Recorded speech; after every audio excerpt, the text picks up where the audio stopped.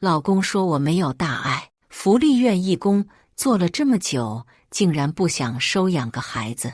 咱们都有宝贝女儿了，你想收养的那个小男孩，不会是你的私生子吧？一向佛系的老公竟然觉得我侮辱他，拎着包去山里住了。婆婆劝我，多个儿子多好，2个孩子有个伴。公公劝我，大不了我多给你过户1套房子，多个孩子只是多双筷子。直到我看见了私家侦探给我的照片，老公曾经的初恋竟然跟我抓奸的小尼姑长得一模一样，而我收养的小男孩果不其然是老公的私生子，一家子的精神病。让我来陪你们接着疯吧。大家好，开始今天的分享之前，希望你能给人间烟火点个订阅，我将会分享更多优质的内容。老公事业有成，平时就爱盘串喝茶，最近也不知道怎么了，每到周末就约我去福利院做义工。我看你女儿一个已经够累了，再来一个我可吃不消。你想收养的那个小男孩，不会是你的私生子吧？他冷冷地看我一眼，庸俗，背着手叹了口气。我看你就是没有大爱，那孩子那么可爱，你不能给他一个家吗？不能，我的女儿4岁，那个小男孩5岁，2个人能不能玩到一起不说，不是亲兄妹，万一长大拐跑了我女儿可怎么办？收养个小女孩，我同意。收养小男孩，除非咱俩离婚。周文成估计许久没见过我这么强硬，收拾了行李，自己上山里住了。他平时就爱喝茶，假装风雅，这次更是10天半个月不回家。婆婆见了我们俩冷战，劝我去把人从山里接回来。再怎么闹别扭，他都是妞妞的爸爸，给妞妞那么好的生活环境，万一你俩散了，受苦的是孩子。我觉得他说的言之有理，抹下面子的我，当晚开车就直接去了郊区有名的望城山。山上有个不大不小的寺庙，是大学生们最爱的踏青之地。老公说他上大学的时候最爱跟朋友们一起上山，上一支香，求个财神。我打趣，不是求个姻缘。他的眼光晦暗不明，情爱太俗，也只有你这种普通人喜欢。现在我到了他住的厢房门口，却真切地听见了女人的声音，进去还是不进去？我犹豫了许久，直到冷风吹的我打了个喷嚏，屋内的声音顿时停止了。柔媚的女声带着鼻音：“你老婆不会来吧？”周文成笃定地回答：“她只知道带孩子。”什么时候真正关心过我？那我可得关心关心了。打开手机录像功能，一把踹开了门。老公，在山里过得好吗？哎呦，这床上怎么还有一个女人？你跟我玩甄嬛传了呀？怎么还想来一个轩轩回宫？那女人见有人闯进来，吓得缩进了被子里。周文成定睛一看，是我，站起身来抢我的手机，殊不知我打开的是家庭群里的录像功能，5秒一个，全都发到了相亲相爱一家人的群里。程兰，你别胡闹！他一把将我的手机抢走，砸在了墙上，屏幕4分5裂，直接黑屏。我不胡闹，既然捉据在床，那我们就来谈谈离婚财产怎么分。周文成没想到我如此的冷静，愣了愣，把门缓缓地关上，穿了衣服坐在我的面前。程兰，孩子还小，父母也年纪大了，你就当我喝醉了，饶恕我一次。被窝里的人微微地探出头，我这才看清，他穿着尼姑的灰秃秃的衣服，发髻也梳了起来，长见识了，千防万防。你这样，佛祖没拿雷劈你吗？他长长的睫毛下，双眼无神，肤色暗淡。我有些纳闷，周文成这是花蝴蝶看久了，喜欢这种风格。程兰，周文成转过了我的身子，你什么事跟我说？让他先走行不行？行，我回答得干脆。侧着头冷眼看着两个人，努力让自己眼泪别掉下来。夜路走多了，早晚撞见鬼，下次被别人的老婆撞见了，保不齐直接被暴打进医院了。没想到裹着素色袍子的女子全身一颤，哆嗦着跑了出去。周文成的目光一路追随，满眼的心疼。心疼了，我插着肩靠在椅子上，分家产，明天我就给他让地方。你说什么呢？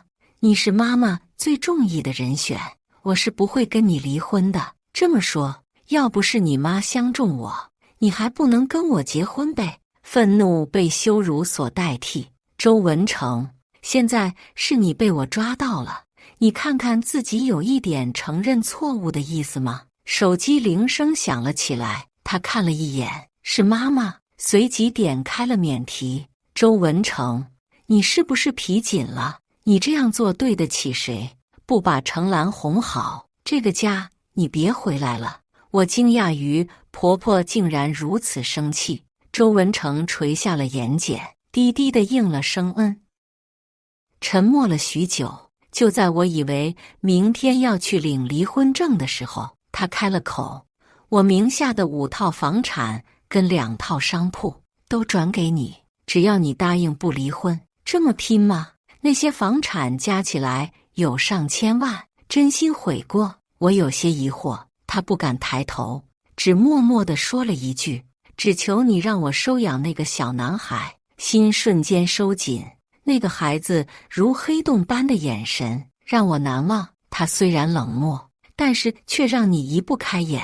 虽然心软，还是追问：为什么是他呢？周文成扣着自己的指甲，用只有我们2个人的声音说：因为他长得像小时候的我。他的眼神一下就看穿了我自卑而脆弱的心。我皱了皱眉：你还自卑又脆弱？商场上杀伐果断的又是谁？他带着我30几岁就早早躺平，为了房子我也不应该拒绝。点点头，我又突然想起什么似的：那孩子不是你私生子吧？婆婆见我跟周文成一起回来的，狠狠地捶了他一拳，转而来安慰我：兰兰，狗改不了吃屎，你不看僧面看佛面，就原谅他这一次。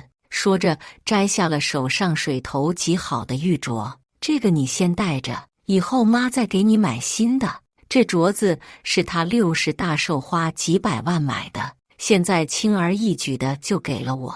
这下我反倒是希望周文成多出几次轨了，每次净赚1000万，这笔买卖不亏呀。我笑颜如花，我这就拿着材料，我们现在就去办收养程序。婆婆狐疑：什么收养？周文成不吱声，只是蹙着眉喝茶。我拿出照片，文成在福利院做义工的时候，跟个小男孩投缘，想要收养了他。婆婆细细地看着照片，突然咦了一声，摸着照片上的眉眼，这孩子跟我们是挺有缘分的。看婆婆如此爽快，我开玩笑地问：你说这孩子不会是他的私生子吧？那不能，看自己反应得这么快。婆婆笑了笑：咱们家妞妞才4岁，她怎么可能有个这么大的儿子？公公看了照片后，久久没说话，只叹了口气：快去把孩子接回来吧。福利院能是什么好地方？全家的气氛如此奇怪，我的心里升起一阵莫名的疑惑。那孩子带着天然的疏离，我以后就是你的新妈妈了。你叫什么名字？他直直地跑开。我有妈妈。周文成冲我尴尬地笑笑，转身去追，一路无话。家里却已经忙翻天，公婆买来的儿童床已经就位，书桌玩具一应俱全。这一切在我们出门的半天时间全都准备好了。女儿递水果给哥哥，他犹豫着接了，全家热络，插不上嘴的只有我一个人。白露啊，你以后就叫周白露，知道了吗？婆婆搂着孩子的头，一会说我的亲亲小乖乖，一会说我的小宝贝，亲得不能自已。公公慈祥地看着孩子笑，我的心底升腾起来的疑问压都压不住。私家律师把照片递给我手里的时候，我一瞬间觉得有些穿越。我的老公周文成意气风发，穿着一件白色衬衫，怀里搂着的女孩长发飘飘。他不是不喜欢白色，从来不穿白衬衫的吗？看着一张张照片，我笑出了声。那天在山上见到的根本不是什么尼姑，而是我老公相恋10年的初恋。周白露的亲子鉴定上赫然写着符合，他竟然真的是我老公的私生子，出生日期在我跟老公相亲的那一年。也就是说，他迫于压力跟相恋10年的初恋分手，转头就跟家里介绍的我相了亲，根本不是无欲无求，只是不爱。眼泪滴在亲子鉴定上，印花了上面的字迹。孩子的出生证明上，母亲那一栏写着的名字白青。白月光与朱砂痣。我虽然不想见他，却控制不住自己上山的脚步。一定是那个女人设计让孩子待在福利院里，让周文成把孩子领回了家。我的妞妞就这样被分掉一半的家产，我不服。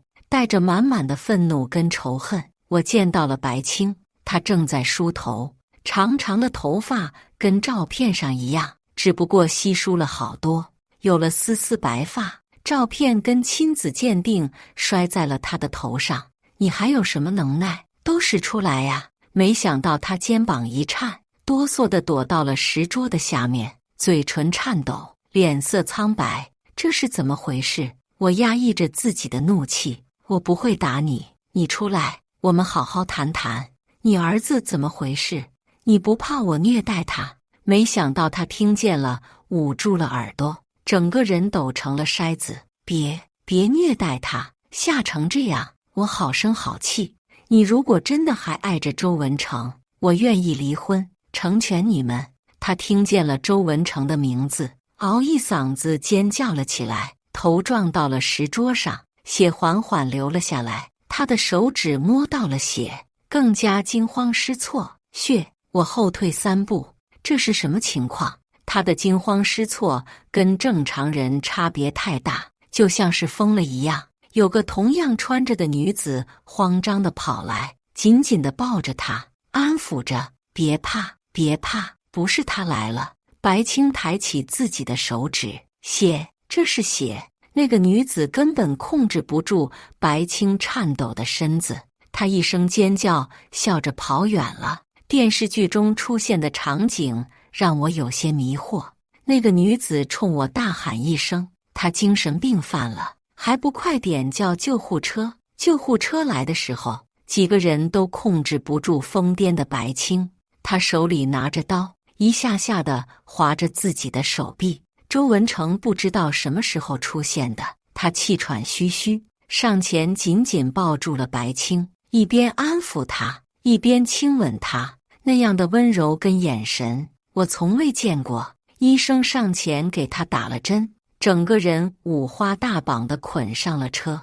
周文成的眼里有泪，他第一次对着我整个人失控，他精神病复发。你满意了吧？说到最后，竟然控制不住自己的情绪，哭了起来。我从来没有见过这样的周文成，他竟然会因为一个女人流眼泪，嫉妒跟愤怒涌上心头。他精神病，是我的错。你出轨初恋，也是我的错。周文成胡乱地抓着自己的头发，嘴里喃喃自语：你们都没有错，错的是我。这个世界上最错的就是我，我应该去死，去以死谢罪。他的拳头对着石桌，砰地砸了下去，血顺着石桌流向了刚才白青撞到的地上，地上的血汇聚在一起。他笑着抹了一把嘴角：程兰，咱们离婚吧。结果突然来的时候，我整个人是懵的，不知道找谁开解。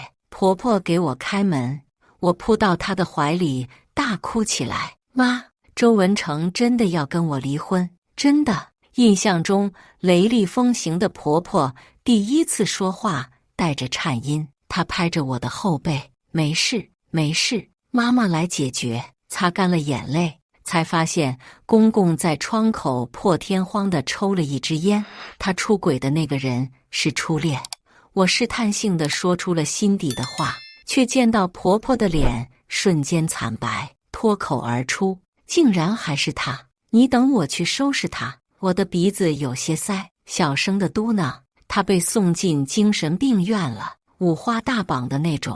呵，他那是活该。谁让他一门心思的想要攀上我家，也不看看他什么身份。”脑补大戏，心底却又有些悲凉。如果我的家境不够好，如果我父母不是有头有脸的人物，那么今日被挡在门外的那个人就是我。心底顿时不忧伤了。人性的丑恶嘴脸让人恶心，却还是故作忧伤地攀着婆婆的手臂。可是周文斌跟着去了，婆婆的身形有一瞬间没有站稳，那女的还缠着她不放。我摇摇头，她见到我就精神病犯了，然后被精神病院抓走了。周文斌就跟我放了狠话。婆婆摸着我的手：“你放心，妈给你做主。10年前我没让那小妮子得逞，10年后她也休想。”心底不知道为什么生出了罪恶的花朵。我想看婆婆的出现，让周文成怎么选择。精神病院婆婆来的轻车熟路，我走在她的身后，捧着一束洁白的白玫瑰。婆婆冷眼看我：“哼，看她还用给她买花？那不是周文成也在吗？拿着花好看一点。”她一点我的额头，我的心底罪恶的洞穴越来越深。10年前的那张照片上，白青手里就拿着一束白玫瑰。我想看看他们什么反应。整件事情越来越好玩了。婆婆见到老公的瞬间，就赏了他一个大耳光，声音响亮的整个楼道都探出了头。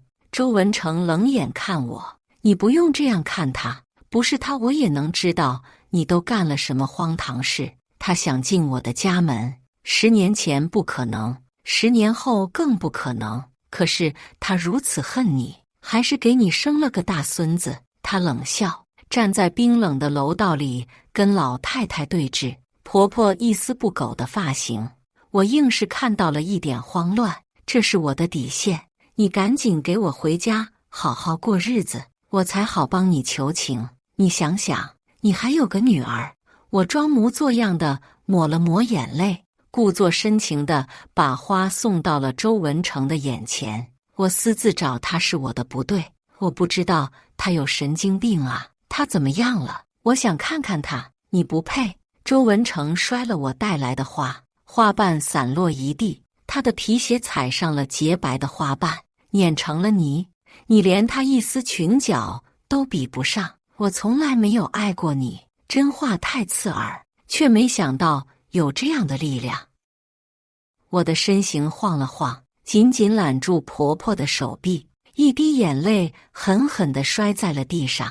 婆婆的高跟鞋直直地踹了周文成一脚，滚！转身推开了病房的门。白青躺在床上输液，手上还缠着纱布。见到婆婆进门，挣扎着坐起身来，还没说话，眼圈先红了。阿姨，我不是你阿姨，我是来当恶人的。婆婆从身后把我拽到了面前，拍着我的后背，一字一句地说：“程兰才是我的好儿媳，你10年前进不了我家的门，10年后凭着一个儿子照样进不了。只要我活着一天，你那些矫揉造作的手段都给我收起来。”周文成拦在了婆婆面前：“妈，你说这些干什么？我已经荒废了10年，现在我说什么也要给白青一个名分了。”名分？转身要走的婆婆上下打量了床上的白青一眼，长相、身高、学历、家世，哪样能跟我儿媳妇比？你就是烂在土里的泥，再作妖，我就把你带着精神病基因的儿子，再给你扔回福利院去当孤儿。婆婆拉着我的手，身后传来白青声嘶力竭的哭声。我第一次觉得强势的婆婆好爽。妈，文成已经不爱我了，我没有把握能赢回他的心。婆婆一踩油门，收拾他还不简单，停了他的卡，自然就回来了。可是我们都高估了30几岁的周文成，再不是从前好掌握的毛头小子。他带着初恋白月光，在郊外租了房子，过得逍遥自在。我的心里闷闷的，连带着对待女儿的心情也不太好。妈妈，爸爸为什么不回来呀？我想他了。看着像只白天鹅一样骄傲的女儿，我一时不知道怎么回答。刚想回答爸爸出差了，没想到一直安静无话的白露抬起头，一双大眼睛，黑眼球大得可怕。她一字一句地说：“你爸爸不要你了。”女儿哇地哭了出来。哇，惊讶于这么小的孩子就会杀人诛心，冷笑着给女儿拿了一个大冰激凌，摸着她的头安慰道：“别哭了，周末妈妈带你去买大乐高。”女儿舔了一口，抬头露出晶晶亮的眼睛：“那我们带哥哥一起去，也给他买。”我看着白露带着一丝渴望的眼神，缓缓道：“哥哥呀，他妈妈会带他去买的。杀人诛心，我也会，而且我是大人，看透小孩的心思，易如反掌。”看着他缓缓地低下了头，继续写作业，默默地说了一句：“我才不喜欢。”胜利的快感并没有如约而来，我有点隐隐的后悔，努力地复盘整件事情。他没有错，他的妈妈也没有错，错的是周文成。深深呼吸，我去准备水果给2个写作业的小孩吃，没想到端着盘子在门口，却听见女儿的哭声，抽噎着：“哥哥，你为什么打翻我的冰激凌？那是我最喜欢的小公主地毯。”白露满不在乎：“谁让你不给我？冰箱里有的是，你想吃自己去拿呀，为什么抢我的？”女儿抹着眼泪，蹲在地上拿纸巾擦她心爱的小地毯。我进门的时候，看到了白露的脸上分明带着一丝得意的笑。这一刻我才意识到，物竞天择，这个人天生就是来抢我女儿的一切的。压制住心中的怒气，我通知白露，我要把你送到你母亲那里去了。没想到她极度的抗拒，摔了桌上的所有东西，尖叫着，暗黑的眸子看着我女儿：“你们别想好好过，一切都是我的。”那一刻，我看到了发病的白青，后背瞬间冰冷。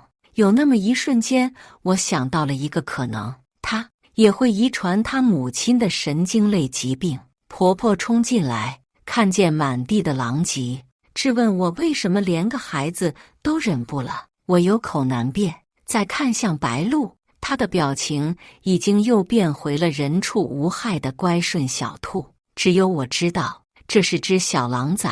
如何证明它也要开始发病了？这是个问题。安顿好女儿，我趁着夜色去见了心理医生朋友。他告诉我，这样的孩子极度危险，并且不能跟我女儿日常在一起。心仿佛揪了一下。赶回家的时候，我的妞妞在做噩梦，泪水挂满了她的小脸，嘴里一直喊着：“不要，不要，妞妞，妞妞。”我把孩子叫醒，他看见是妈妈，哇的一声哭了出来，抽噎着说做了恐怖的梦，梦中有怪物要把他抓走，再也见不到爸爸妈妈了。我的心一阵抽搐，这样的恐惧在之前并不会在女儿的身上出现。她哭个不停，终于惊醒了熟睡中的婆婆：“妞妞，你怎么了呀？这么晚还不睡觉？”还没等回答，门口一个冷冷的声音：“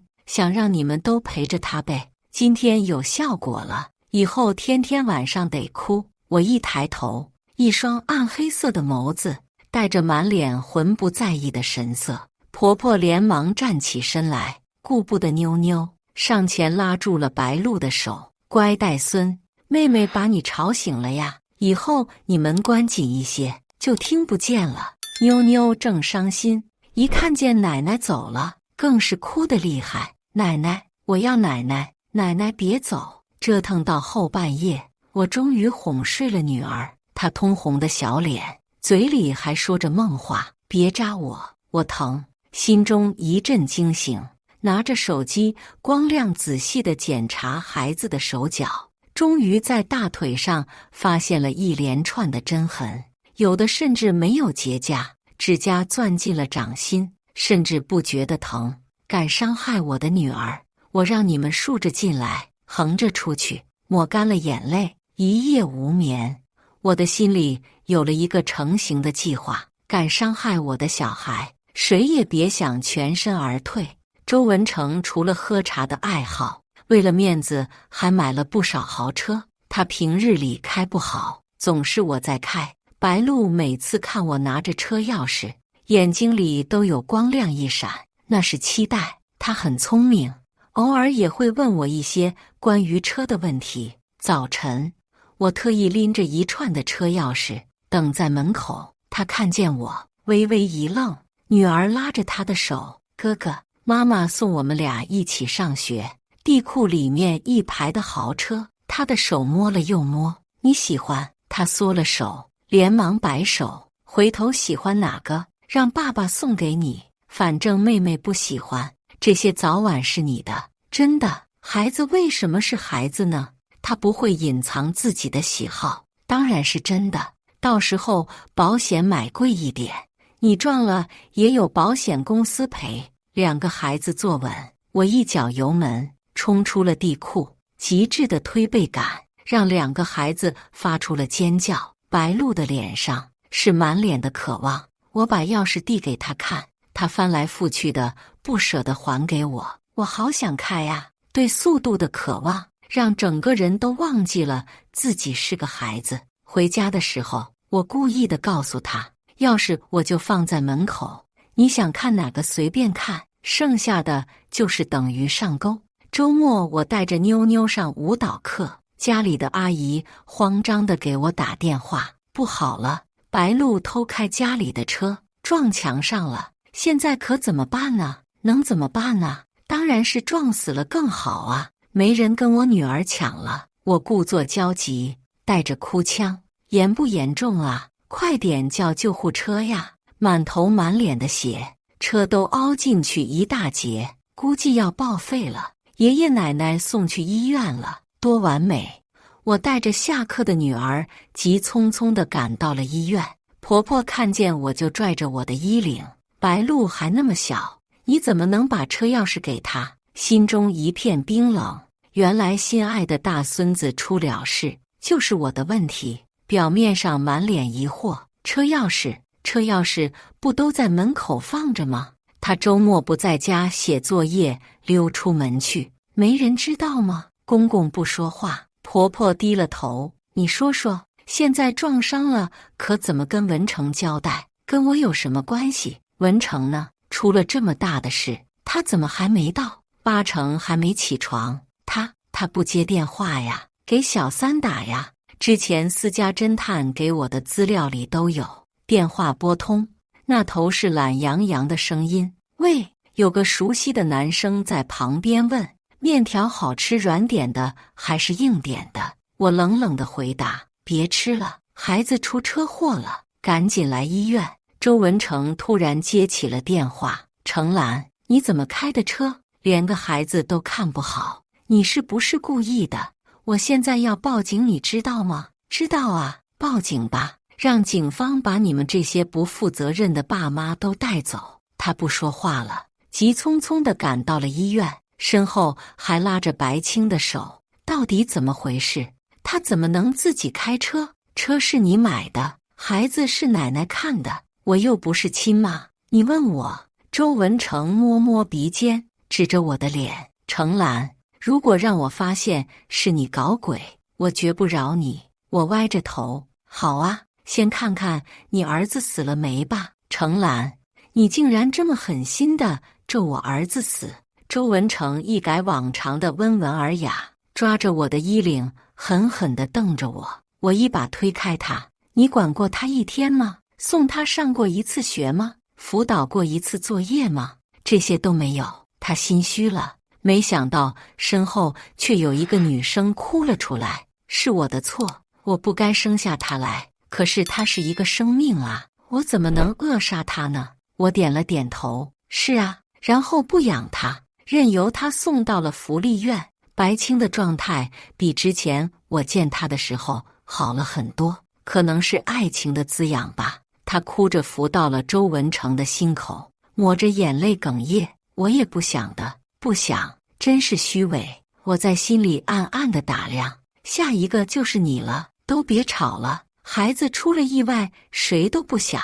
婆婆一声怒喝，谁也不敢再开口了。白露肋骨骨折，断了之后直接扎破了脾脏，需要摘除。签字的时候，周文成手都在哆嗦，攥着白青的手，却一直也没松开。我咬了咬下嘴唇，心中一片苦涩。妈妈，白露试探地叫了一声，转而又侧过了脸。乖儿子，是我呀。白青含着泪上前握住了他的手，却被一把甩开。你不是我的妈妈，你不是早就把我扔了吗？不，白青紧张的话都说不明白，只是一味的哭。周文成上前把白青拽到了身后。你怎么能这样对妈妈说话？白露咬着嘴唇，她怎么成我的妈妈了？那她又是谁？被指的我微微一愣，竟然还有意外收获。这傻孩子不知道是真傻还是假傻呀。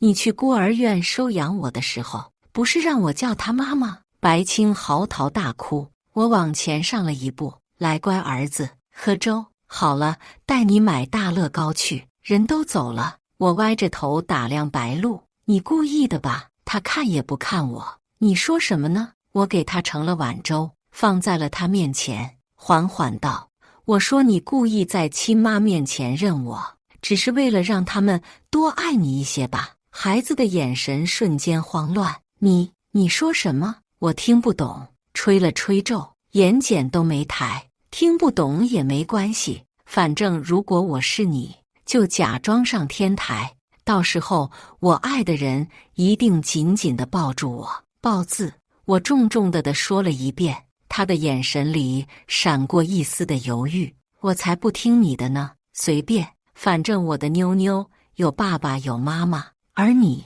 什么也没有。心理医生告诉过我，这样缺乏爱的小孩会做出一些反常的争宠举动。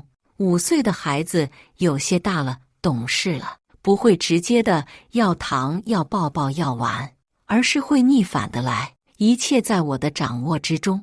白露却没有睡好，一夜的辗转反侧。婆婆早上来唤我的时候，满眼的心疼。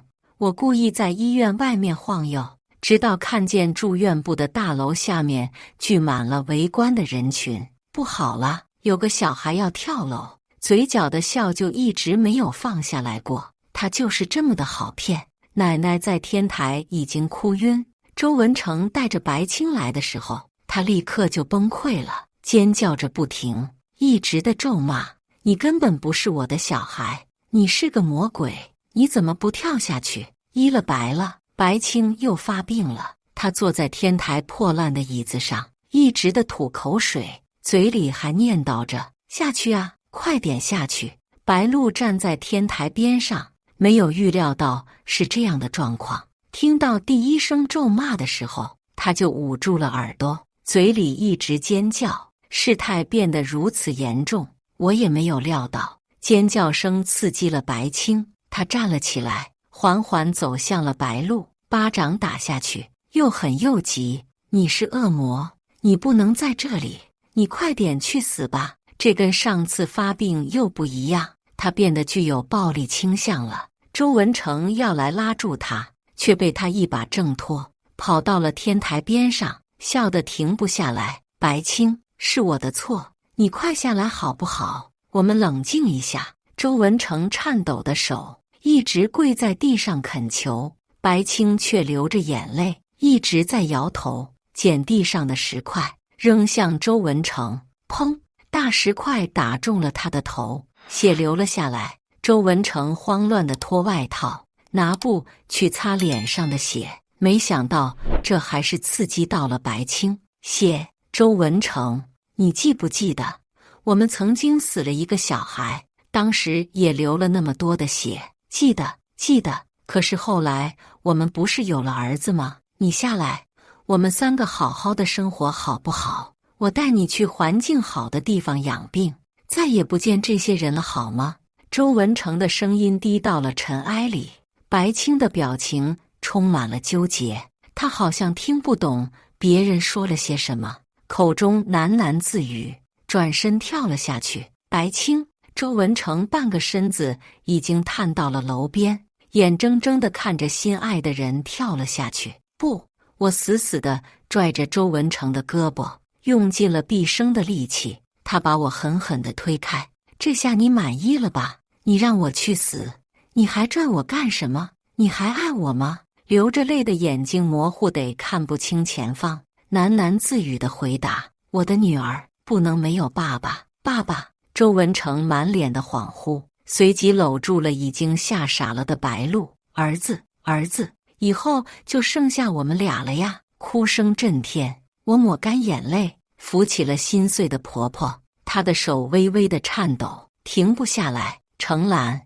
文成他不会跳楼了吧？我回握他的手，给他一点体温。不会了，他有在意的人，以后会好好的生活了。婆婆抹了一把眼泪。你要走了是吗？我点点头。周文成不爱我，从来都没有爱过。婆婆泪如雨下。你恨我吗？是我当年极力怂恿他娶你的，我相中你，你是我心中最好的儿媳。他拽着我的手不肯松开。我们跟妞妞一起生活不行吗？像以前一样。那只小狼崽，我看见他的眼睛就害怕。我深深地拥抱了给予我无限力量的婆婆。未来你们得自己走了。她的后背一下就弯了，背影萧瑟，老了10几岁。程兰，你永远是我的女儿。再见到周文成已经是3个月后了，他早就派了律师来，离婚协议上给了我满满的补偿。我的心却一阵空空荡荡。他见到我的第一眼仿佛失去了神采。对不起，程兰。我努力地挤出一丝苦笑。没事，也不算浪费了10年。我们还是女儿呢，你别把她忘了就行。她的眼泪一下就充满了眼眶。不会，怎么会呢？我怎么会忘了我的妞妞呢？她过几天过生日，我还得给她办生日会呢，却始终不敢抬头看我。我点点头，心里却清楚他没有力气去应付这些俗事了。转身离开的时候，他问我：程兰，你爱过我吗？不重要了吧？我故作洒脱，过不下去离婚了的不有的是吗？怎么我们就不行？我知道你是爱我的，我一直都知道，却没办法去回应你。我的心早就死了。他垂头丧气。程兰，如果我的初恋遇见的是你多好。以上就是今天分享的故事。大家有什么想说的、想吐槽的，欢迎在下方评论交流，也更希望能给人间烟火点个订阅。我将会分享更多优质的故事内容。